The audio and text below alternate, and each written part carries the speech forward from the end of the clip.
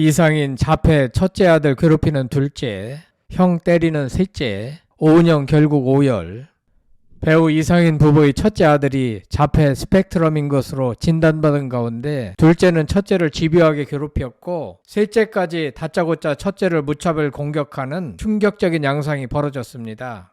이런 세 아들을 양육하는 이상인 부부는 큰 충격을 받았고 오은영 박사는 이상인 부부의 자폐 아들 양육에 얼마나 어려움이 컸을지 공감하며 오열했습니다. 방송에 앞서 구독자가 아니신 분은 송창TV와 함께 해주시면 감사하겠습니다. 오은영 박사가 끝내 오열했습니다. 오 박사는 아빠가 자폐 아들을 키우면서 얼마나 어려움 겪는지 안다면서 공감한 것인데요. 오은영 박사는 배우 이상인 가족의 솔루션 진행 상황을 지켜보며 눈물을 훔쳤습니다. 오는 28일 오후 8시 10분 채널A 요즘 육아 금쪽 같은 내 새끼에서는 배우 이상인과 삼형제 육아로 벼랑 끝에 선 엄마의 마지막 사연이 공개되는데요. 지난주 방송에서 자폐 스펙트럼인 첫째 형을 집요하게 괴롭히는 둘째의 모습을 예리한 시선으로 분석한 오은영 박사. 이번 주 방송에서는 오 박사의 그 예리한 시선이 막내 셋째에게로 향합니다. 관찰된 영상에서 첫째와 셋째가 평화롭게 놀고 있습니다. 셋째가 다짜고짜 달려가 첫째 형의 머리를 때립니다. 알고 보니 첫째는 셋째의 책을 가지고 놀고 있었고 이를 본 셋째가 다시 뺏으려다 실패하자 응징을 한 것인데요. 이에 오 박사는 그동안 엄마 아빠가 해왔던 이 행동이 셋째를 자기 멋대로인 아이로 만들고 있다고 지적합니다. 셋째는 아빠의 훈육 시도에 주먹을 휘두르고 호통까지 칩니다. 셋째의 행동에 이상인은 최후의 카드로 어떤 말을 내뱉고 마는데 이에 놀란 오 박사는 즉각 경고하며 아이가 협박으로 느낄 수 있는 말이라며 절대 하지 말라고 당부합니다. 선공개 영상에서는 아이들과 놀고 있는 엄마의 모습도 보이는데요. 잠시 후 4살 셋째의 행동이 포착되며 스튜디오가 술렁입니다.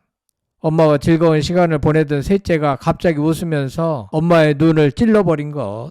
게다가 엄마의 훈육이 시작되자 괴성을 지르는가 하면 몸을 비틀고 깨물고 엄마를 때리기까지 하면서 신경전을 펼치기 시작합니다. 엄마는 셋째를 어떻게든 제지하려 계속 훈육을 시도해보지만 상황은 점점 통제 불능으로 치닫고 마는데요. 이어 스튜디오에서 셋째는 훈육이 통하지 않는다며 답답한 속마음을 토로하는 엄마. 삼형제 중 가장 기가 세고 힘도 세고 자존심까지 세서 고집불통이라고 밝힙니다. 하지만 이를 지켜보던 오 박사는 셋째의 XXX 행동의 원인에 적절한 훈육이 없었기 때문이라며 이대로 크면 자기 중심적 아이로 자랄 수 있다고 경고합니다. 부모의 말 한마디가 아이의 감정을 어떻게 뒤흔드는지 오은영 박사의 목소리는 단호했습니다. 그는 이 시기 아이들이 규칙과 경계의 개념을 익히는 중이라며 엄마 아빠가 일관되게 기준을 세워줘야 한다라고 강조했습니다.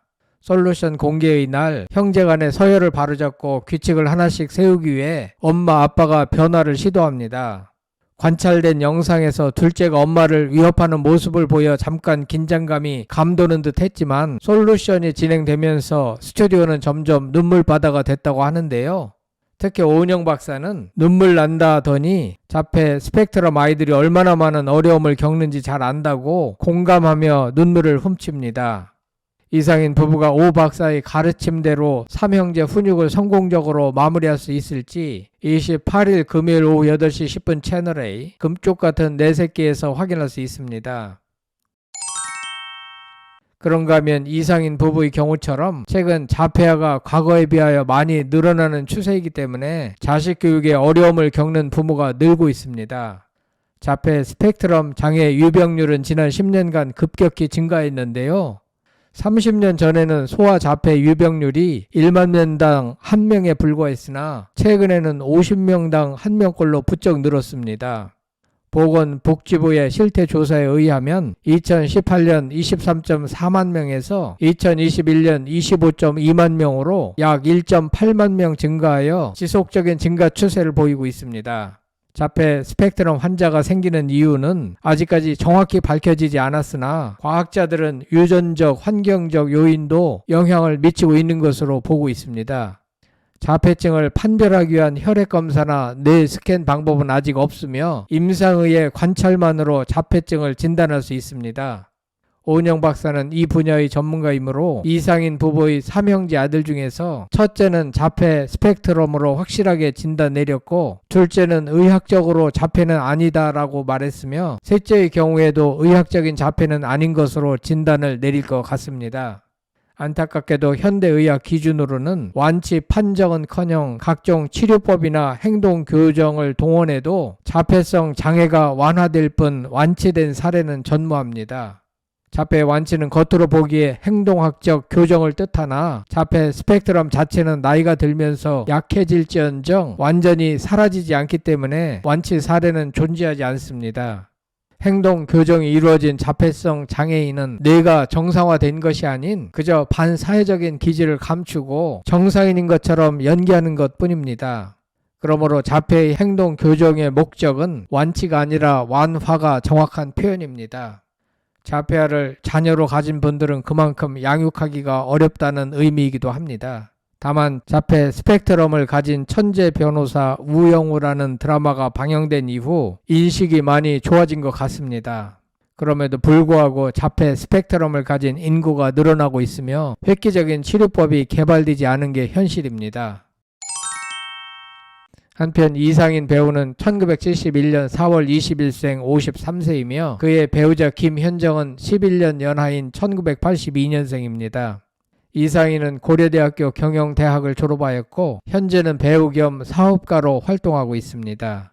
경남 밀양에서 평생을 기 수련에 바쳐온 부친을 따라 어릴 때부터 기를 연마하였습니다. 쿵푸, 합기도, 태권도, 단수를 합하면 5, 6단일 정도로 무예 실력이 좋은 반면 중고교 시절에는 싸움을 거의 하지 않았고 껄렁한 친구들은 모두 피해 다녔다고 합니다. 부산 해광고등학교 재학 시절에는 문예반에서 시를 짓고 시화전에서는 기타를 치며 노래를 부르고 크리스마스 때는 카드를 그려 친구들에게 돌릴 정도로 재주가 좋았습니다.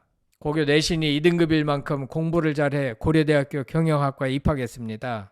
본래 연예계에 뜻이 있었던 건 아닌지라 평범하게 학교 생활하고 고시원에서 회계사 준비를 했는데 아버지의 권유로 회계사 공부를 중간에 그만두고 방송계에 입문했다고 합니다. 1996년 KBS 병영 드라마 신고합니다로 데뷔하여 이듬해인 1997년 KBS 드라마 파랑새는 있다에서 김병달 역을 맡아 완벽한 무술 실력으로 세간의 주목을 끌었습니다. 그 후 출발 드림팀에 출연하여 박남현과 함께 엄청난 실력으로 이미지를 만들어냈습니다.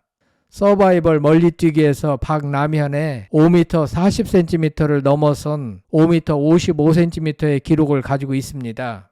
실제로도 웬만한 무술인 뺨칠 정도로 운동을 매우 잘하며 드림팀에서 보였던 행동들도 거의 대부분 따라하기 힘든 묘기였다고 합니다.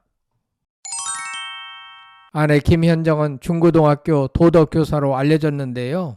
이들 부부는 자식 교육에 관심이 많았고 특히 아이들을 농촌의 자연 친화적으로 키우고 싶어서 밀양으로 이사를 한 것이었는데 아내 김현정은 밀양에 딱히 잘 아는 지인들도 없고 애들도 많지가 않아 또래 집단이 잘 형성되지 않은 것으로 보입니다.